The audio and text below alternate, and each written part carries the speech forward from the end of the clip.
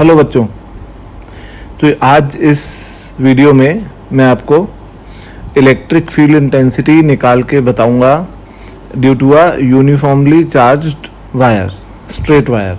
ठीक है, ये मैं आपको आज निकाल के दिखाता हूँ। सबसे पहले ये एक यहाँ पे एक स्ट्रेट वायर है जिसकी लेंथ कुछ फाइनाइट लेंथ है और हमको ये दिया हुआ है कि इस वायर का लीनियर चार्ज डेंसिटी कितना है, लैम्डा। और हमें इस वायर की वजह से ये जो पॉइंट P है, इस पॉइंट P पे इलेक्ट्रिक फील्ड इंटेंसिटी निकालनी।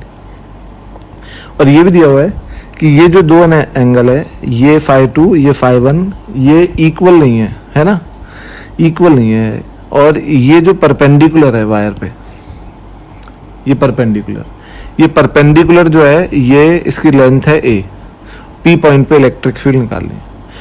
तो बेटा हम अच्छे से जानते हैं कि KQ/R² फॉर्मूला पूरे वायर के लिए वैलिड नहीं होगा, क्योंकि वो कूलम्ब्स लॉ से आया है और कूलम्ब्स लॉ सिर्फ पॉइंट चार्जेस के लिए एप्लीकेबल होता है। तो यहाँ पे आपको एक पॉइंट चार्ज बनाना पड़ेगा, यानी आपको इस वायर पे एक बहुत छोटा सा एलिमेंट मानना पड़ेगा। तो अपन ने एक एलिमेंट माना बड़ा छोटा सा, ये देखो, है ना। इसकी लेंथ कितनी एलिमेंट की, इसकी लेंथ मान लो DL, और ये जो एलिमेंट है इसकी यहाँ से हाइट कितनी है, ये हाइट है L।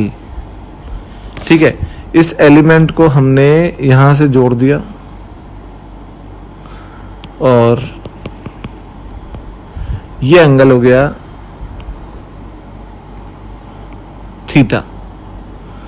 ठीक है, और ये डिस्टेंस A है और ये डिस्टेंस हो गया R, ये वाला। ठीक है बेटा, तो अब ये बताओ सबसे पहले मुझे कि यहाँ पे कुछ चीज़ें हम लिख लेते हैं कि tan थीटा किसके बराबर है। यहाँ पे tan थीटा बराबर है L/A, तो L आ गया A tan थीटा, तो DL आ गया A sec square theta D theta. Differentiate कर दिया बेटा। ठीक है, और मुझे बताओ कि cos थीटा किसके बराबर है। cos थीटा A/R, तो R किसके बराबर है, A/ cos थीटा। ये हो गया इक्वेशन 1 और ये हो गई इक्वेशन 2। ठीक है, अब बात करते हैं कि अब सिंपल सी बात है, सोचने की बात है कि इलेक्ट्रिक फील्ड के दो कंपोनेंट होंगे, है ना। एक तो होगा परपेंडिकुलर डायरेक्शन में इधर E परपेंडिकुलर, और एक जो है मैंने मान लिया, लेट सपोज, चलो ठीक है मैं आपको एलिमेंट से ही बात करता हूँ कि मान लो ये एक स्मॉल चार्ज है, जैसा अपन ने माना है, ये वाला एक स्मॉल चार्ज है DL।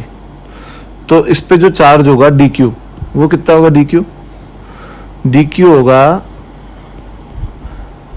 लैम्डा DL होगा ना। और इसकी वजह से जो इलेक्ट्रिक फील्ड होगी इस पॉइंट पे, वो ऐसे होगी, सही है। और क्योंकि छोटा चार्ज है, ये एंगल है थीटा, तो छोटा चार्ज है तो इलेक्ट्रिक फील्ड DE।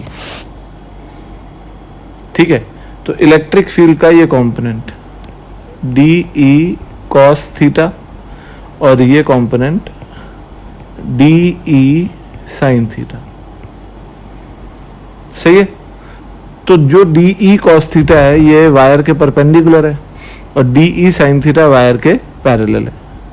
तो बेटा ये बताओ कि अगर E परपेंडिकुलर निकालना है तो कर दूंगा integration of DE cos theta, और अगर E पैरेलल निकालना है तो कर दूंगा integration of DE sin theta. तो सबसे पहले अपन E परपेंडिकुलर निकालते हैं। ठीक है बेटा, E परपेंडिकुलर निकालते हैं, तो E परपेंडिकुलर हो गया integration of DE cos theta. ठीक है, तो DE की वैल्यू क्या है, DE की वैल्यू है KdQ/R²। मानते हो बात? के D Q by are square, ये डी क्यू है ना, इसको क्यू लिख देता हूँ, मेरा थोड़ा क्यू और थीटा एक जैसा ही दिखता है तो इसको क्यू लिख देता हूँ।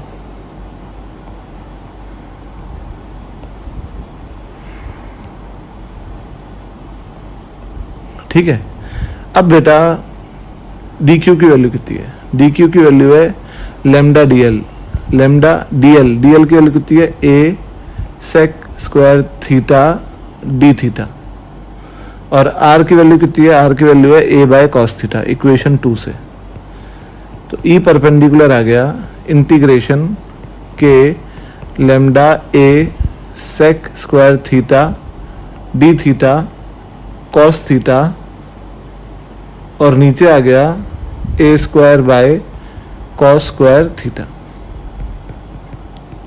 तो बेटा ए से A cancel, sec square cos square 1 हो जाएगा और के लेमडा बाय ए आ जाएगा बाहर, अंदर बचेगा कॉस थीटा डी थीटा। और लिमिट जो लगेगी, लिमिट क्या लगेगी सोचो कि ये जो है ना, ये लाइन है ना, ये एंगल इस लाइन पे 0 हो जाता है। देखो ये अगर डीएल यहाँ आ गया तो थीटा 0 हो गया। अब डीएल अगर नीचे चला गया तो 0 से नीचे जाओगे तो नेगेटिव होगा ना एंगल, तो लिमिट लगेगी -φ1 से +φ2, -φ1 से +φ2। सही है ना, क्योंकि ये जो परपेंडिकुलर है उस पे ये एंगल थीटा 0 है और परपेंडिकुलर से नीचे नेगेटिव है, परपेंडिकुलर से ऊपर पॉजिटिव है। तो जो ये के लेमडा बाय ए, अब कॉस थीटा का जो इंटीग्रेशन होता है, तो कॉस थीटा का इंटीग्रेशन क्या होता है? कॉस थीटा का इंटीग्रेशन होता है साइन थीटा, तो ये हो जाएगा साइन थीटा और लिमिट लग जाएगी -φ1 से φ2। तो ई परपेंडिकुलर आ गया K lambda by A sine φ2 plus sine φ1। अब ये φ2 प्लस क्यों आया? क्योंकि एक तो upper limit minus lower limit उसका प्लस, और एक जो -φ1 है उसका माइनस बाहर आ जाएगा, तो माइनस माइनस हो जाएगा प्लस। तो बेटा ये बड़ा इंपॉर्टेंट फार्मूला बन गया, मैं इसको रेड बॉक्स में डाल रहा हूँ ताकि आपको याद रखना है। अब अगर मैं आऊँ अगले उस पे कि अब मैं आता हूँ ई पैरेलल निकालने के लिए। तो ई पैरेलल निकालने के लिए बेटा आगे आते हैं। तो फॉर ई पैरेलल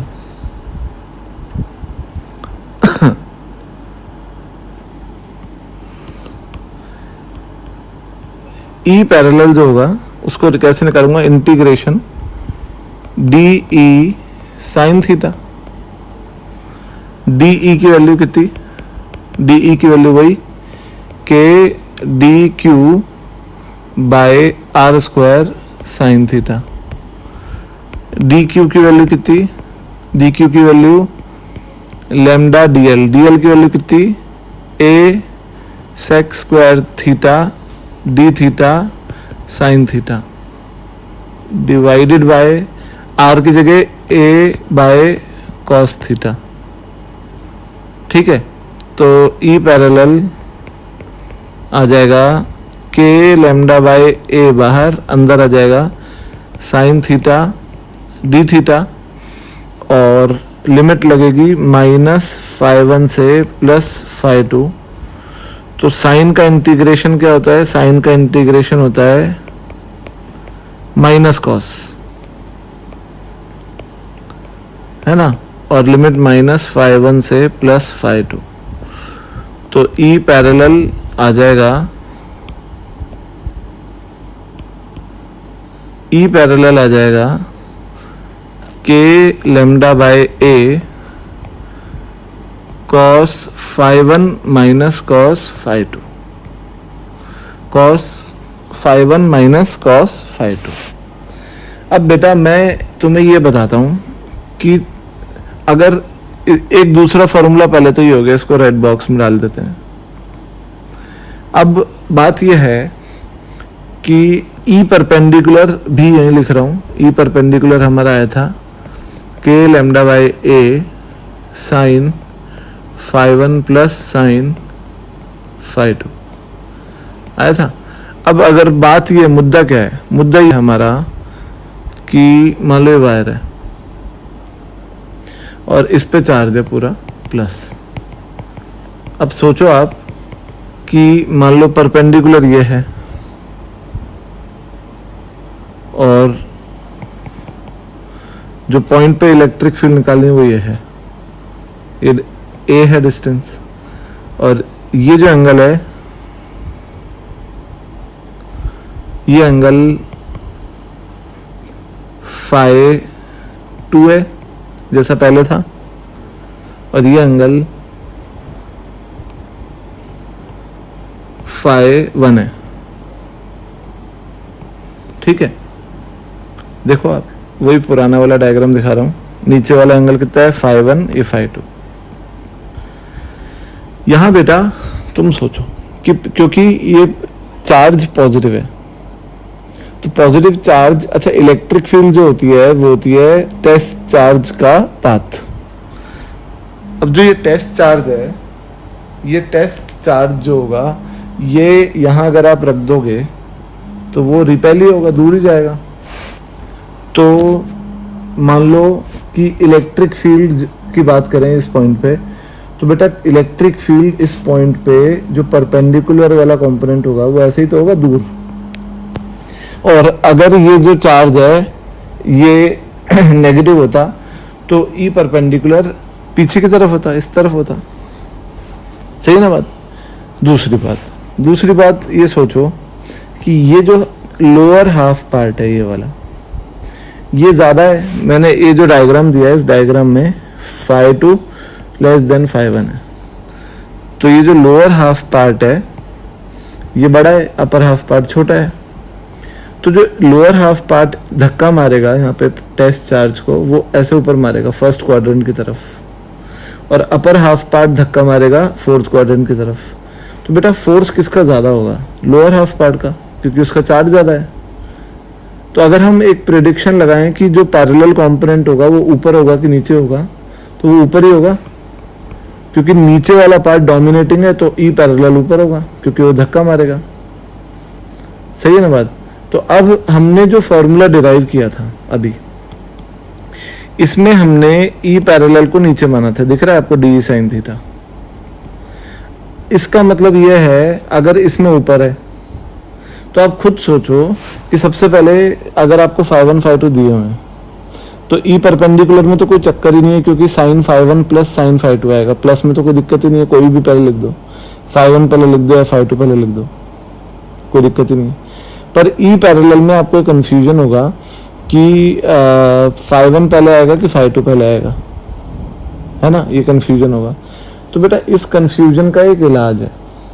इलाज ये है कि आप पहले ये सोचो कि बड़ा कौन सा पार्ट है, तो बड़ा पार्ट है नीचे वाला, तो ई पैरेलल ऊपर होगा, और अगर बड़ा पार्ट ऊपर वाला होता तो ई पैरेलल नीचे होता।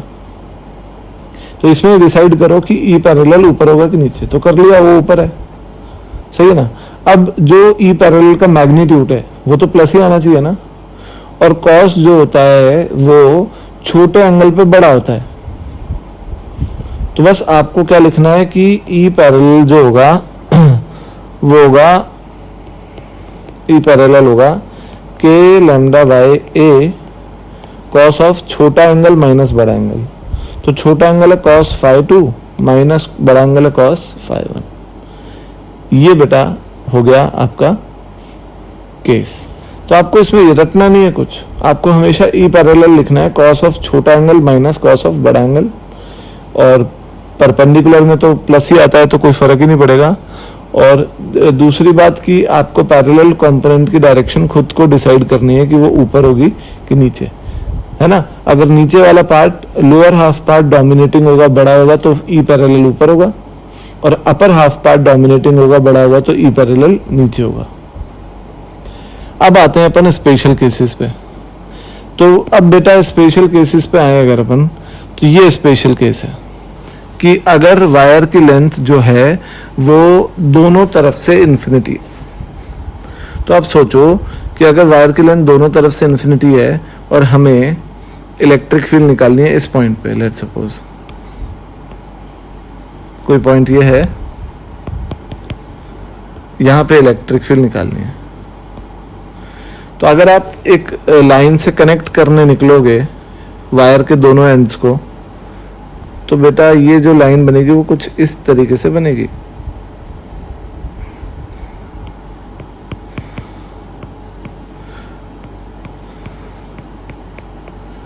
है ना, क्योंकि ये लाइन वायर के दूसरे एंड को कहीं छुएगी नहीं, क्योंकि ये लाइन जो है इन्फिनिटी पे जा रही है तो वायर के पैरेलल हो जाएगी, तो ये एंगल 90 हो जाएगा, ये एंगल 90 हो जाएगा। तो φ1 भी कितना आ गया 90 और φ2 भी कितना आ गया 90। समझ गए? तो इसका मतलब E परपेंडिकुलर कितना हो गया इसमें? E परपेंडिकुलर हो गया 2k लैम्डा बाय a, क्योंकि sin 90 sin 90 1 1 होता है तो 2 हो गया, और E पैरेलल 0 हो गया।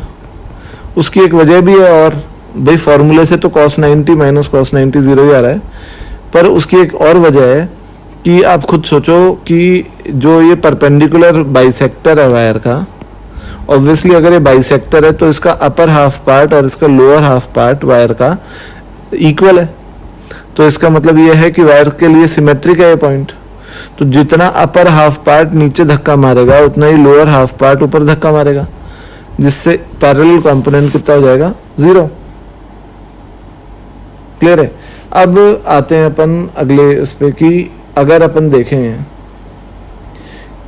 कि ये जो पॉइंट है, अब वायर अगर सेमी इन्फिनाइट है, सेमी इन्फिनाइट मतलब ये हो गया कि वायर में एक तरफ से तो लेंथ इन्फिनिटी है और दूसरी तरफ से जो पॉइंट है वो वायर के दूसरे एंड के पास में ही है, ये देखो, है ना।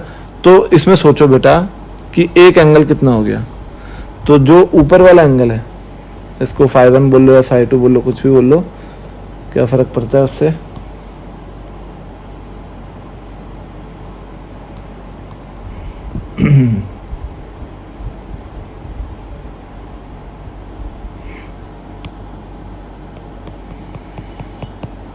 ठीक है, तो ऊपर वाला एंगल तो हो गया 90, ऊपर φ1 बोल लो 90, और दूसरा एंगल हो गया 0। सोचो अगर आप वायर का जो एंड है उस पे ही पॉइंट आ गया, उसके सामने ही पॉइंट आ गया, तो φ2 0 हो गया। तो इसका मतलब E परपेंडिकुलर जो हो जाएगा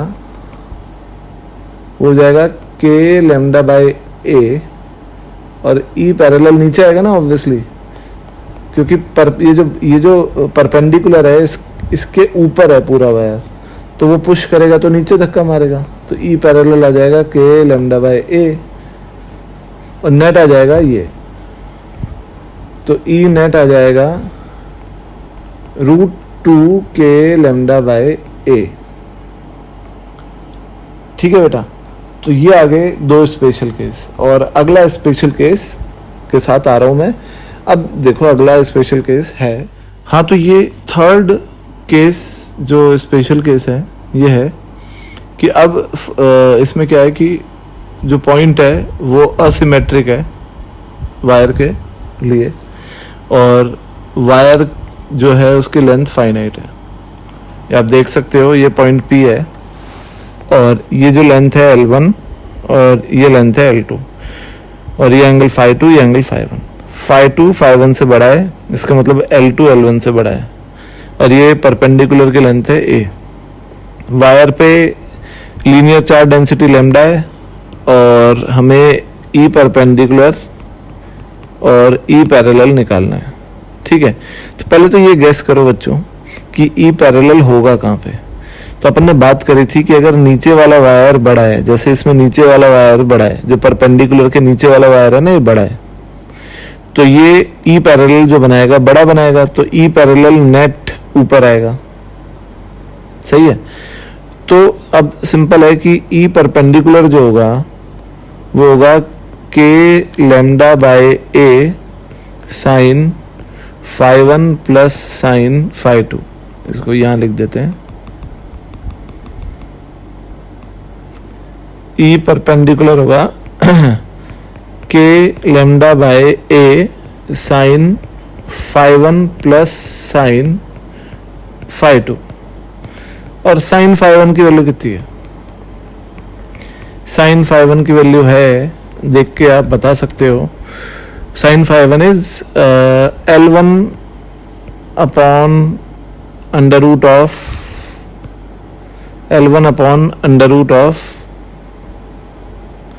L1 का स्क्वायर प्लस ए स्क्वायर, और साइन फाई 2 है L2 upon under root of L2 का स्क्वायर प्लस ए स्क्वायर। दिख रहा है आपको? तो ये तो आ गया बेटा ई परपेंडिकुलर। और ई पैरेलल जो आएगा वो आएगा के lambda by A cos of छोटा एंगल माइनस कॉस ऑफ बड़ा एंगल। तो कॉस ऑफ छोटा एंगल है फाई 1 माइनस कॉस ऑफ बड़ा एंगल है फाई 2। याद है आपको, मैंने बताया था कॉस ऑफ छोटा एंगल माइनस कॉस ऑफ बड़ा एंगल, क्योंकि छोटे एंगल पे कॉस जो है वो बड़ा होता है। तो ये हो गया के lambda by A cos of छोटा एंगल। तो कॉस फाई 1 की वैल्यू आएगी base upon under root of L1 square plus a square minus base upon under root of L2 square plus a square. ये कॉस फाई 2 की value आ गई। तो बेटा ये तो था केस थर्ड। अब केस फोर्थ जो है, केस फोर्थ में जब पॉइंट वायर की एक्सिस पे ही लाई करता है ना, पॉइंट जो है वायर की एक्सिस पे ही लाई करता है। दिख रहा है आपको? ये वायर है, इसकी लेंथ है L और लैम्डा इसका चार्ज डेंसिटी है, और पॉइंट है इसकी एक्सिस पे ही। कितना दूर? इसके वायर यहाँ पे खत्म है, तो इस एंड से ए दूरी पे पॉइंट है। तो यहाँ पे हमको इलेक्ट्रिक फील्ड, अगर हम डायरेक्शन की प्रेडिक्शन करेंगे तो सिर्फ यही डायरेक्शन होंगी, एक ई, ना कोई परपेंडिकुलर ना कोई पैरेलल। हालांकि इसको आप पैरेलल बोल सकते हो। और दूसरी बात कि ये फॉर्मूला यहाँ लगाने की कोशिश भी मत करना, ई परपेंडिकुलर ई पैरेलल वाला, क्योंकि यहाँ पे आपने परपेंडिकुलर तो कोई बनाया ही नहीं है, तो ये फॉर्मूला इज नॉट वैलिड यार। तो फिर अब हम क्या करेंगे? तो अब हम फिर से इंटीग्रेशन करेंगे। इंटीग्रेशन करने के लिए फिर से एक एलिमेंट मानेंगे जिसकी लेंथ dl, या इनफैक्ट इसको अपन dx ले लेते हैं, और इसकी जो दूरी है इस पॉइंट से, P पॉइंट से, ये x मान लो। इसकी वजह से जो इलेक्ट्रिक फील्ड होगी dE, वो होगी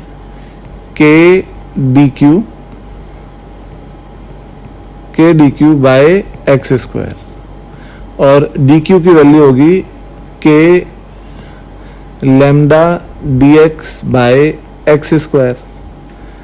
तो E आ जाएगा integration k lambda dx by x square, और लिमिट x की लिमिट सोचो क्या होगी? सबसे पहला एलिमेंट यहाँ पे होगा और अंतिम एलिमेंट यहाँ होगा, तो लिमिट लगेगी a से L प्लस ए।